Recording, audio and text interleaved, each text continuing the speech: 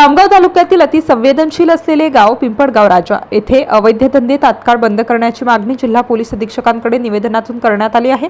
याबाबत इमान तंजीम या आतंकवाद विरोधी संघटनेचे प्रचारक मोहम्मद हसन अहमद खालिक इनामदार यांनी निवेदन दिले असून त्यामध्ये पिंपळगाव राजा येथील बीट जमादार police head constable Shaikh Javed यांची 2-3 महिन्यांपूर्वी बीट अंमलदार म्हणून ठाणेदारांनी नियुक्ती केली आहे।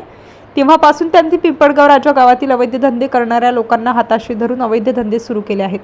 यामध्ये गावठी दारू, गांजा, वरली, मटका, बंदी असलेला गुटखा विक्री मोठ्या प्रमाणावर सुरू आहे। त्यामुळे त्याचा परिणाम शाळा महाविद्यालयीन विद्यार्थ्यांवर होत आहे, तसेच महिलांना सुद्धा त्रास होतोय। गावातील अवैध धंदे बंद करण्याबाबत पोलीस हेड कॉन्स्टेबल यांना वेळोवेळी सांगितले तर त्यांनी दमदाटी देऊन खोट्या केसेसमध्ये फसवून जेलमध्ये टाकण्याच्या धमक्या दिल्याचा आरोप निवेदनाद्वारे करण्यात आला आहे। एमसीएन न्यूज मराठी करिता गजानन खंडारे, पिंपळगाव राजा। माननीय एसपी साहब से हमने मुलाकात की और उनको एक तकरार अर्ज दिया हमने। माइनॉरिटीज डेमोक्रेटिक पार्टी की तरफ से मैं एमडीपी पार्टी का विदर्भ अध्यक्ष मोहम्मद हसन अब्दुल खालिक इनामदार बोल रहा हूँ। अवैध धंधे के बारे में हमने तकरार की है, जिसमें वरली, मटका, गांजा, विमल गुटखा, ये जो अवैध धंधे हैं जिस पर बंदी है, ये खुलेआम पी राजा के अंदर चल रहे हैं। और जब से बीट जमदार जावेद शेख आए हैं, जब से धंधों की भरमार हो चुकी है।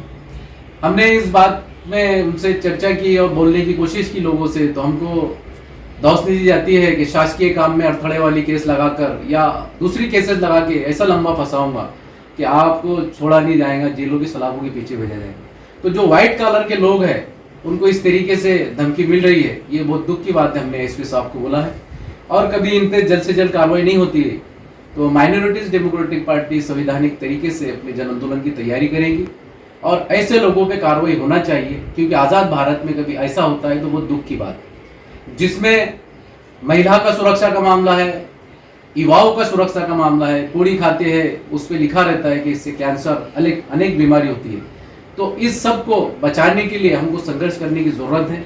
और जो अराजक तत्वों को वहाँ पर एक तरफ से सपोर्ट मिल रहा है, ये बहुत अफसोस की और दुख की बात है। उस पर भी प्रतिबंधक लगाया जाए, उनको भी कड़क कार्रवाई की जाए।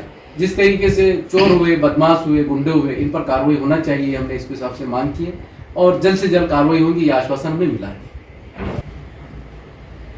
और आप पत्रकार लोगों का बहुत बहुत धन्यवाद कि आप आकर यहाँ पे हमको कीमती समय दिया।